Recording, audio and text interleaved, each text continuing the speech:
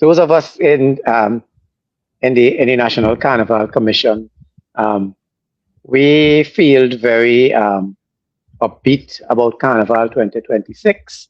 Um, we we we think that we would have witnessed a re-energized Carnival season for 2026.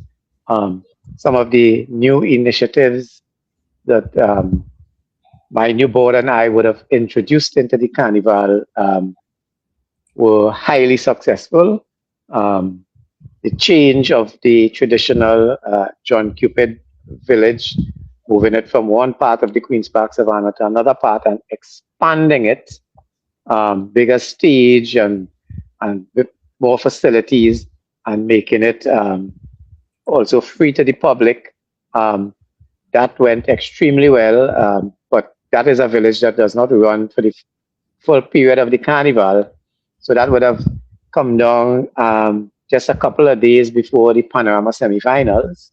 Um, However, the new Flava village that was established in the space closest to Memorial Park, which is where the John Cupid village would originally have been, um, and where we would have created a family setting and an atmosphere for um, the vendors, the carnival vendors, as well as the traditional vendors to ply their trade. Um, that within days of opening, that took on a life of its own. And on a nightly basis, there were thousands of persons visiting the Flavor Village. That too also had its own entertainment levels, uh, and so people were just going to the Flavor Village night after night. Many people I would have met told me that they were there repeatedly, right?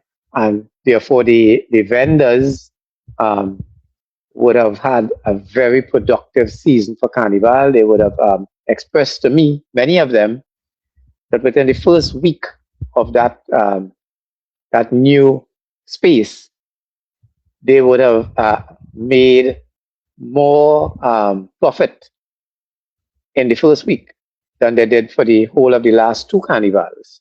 And of course, as the season went on, and we had bigger and bigger crowds attending there for some of the shows. So, for example, Patrice Roberts would have cancelled her paid to attend concert and instead opted to provide a free concert at the Flavor Village.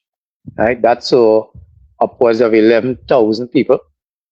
Um, we had several other events there, and it culminated on Carnival Friday with Marshall Montano putting on a almost 2 hour concert, also free to the public, and um, that would have energized the whole of Port of Spain on Carnival Friday night. It was busy all over Port of Spain, and in particularly in the Savannah space, um, where according to the fire services, they estimated there were somewhere between 18 and 20,000 people in and around the Flavor Village.